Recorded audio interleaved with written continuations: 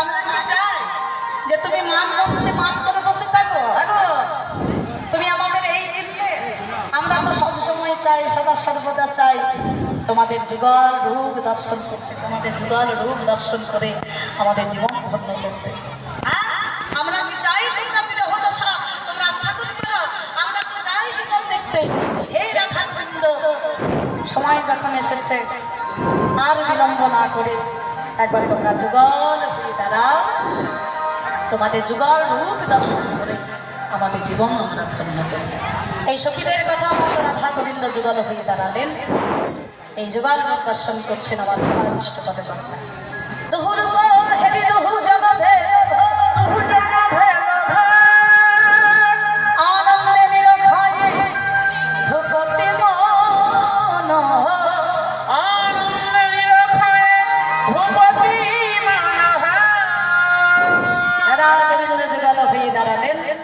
যুগল রূপ দর্শন করছে সমস্ত সখীগণ। আসুন আমরা রাধা গোবিন্দকে যুগলে রেখে ওই যুগল রূপ এই হৃদ মন্দিরে নিয়ে বিদায় নেব। আমরা বিদায় নেব, তোমরা নয় কিন্তু। পরবর্তী সম্প্রদায় চলে আসছে, পরবর্তী লীলা আপনারা আস্বাদন করুন। আমাদের পরবর্তী লীলা রয়েছে আবার কালকে সকালে কুঞ্জ বর্ণন। সকলের আমন্ত্রণ রইল, সকলকে যেন দেখতে পাই এই হরিবাসরে। আমরা একটু যুগল ভজন আর সাধন করে যাই, বিদায়। সুন্দর কে পচিপাড়া কমিটিবৃন্দ ভালো একজন কীর্তন এখানে এসে ভালো কীর্তন গান শোনালো। আমার এটা আমার গ্রাম, আমারও খুব ভালো লাগছে গ্রামে এসে। যাই হোক, সকলেই মিলে একবার হরিত্রী দেন, নিতাই গৌর হরি বল।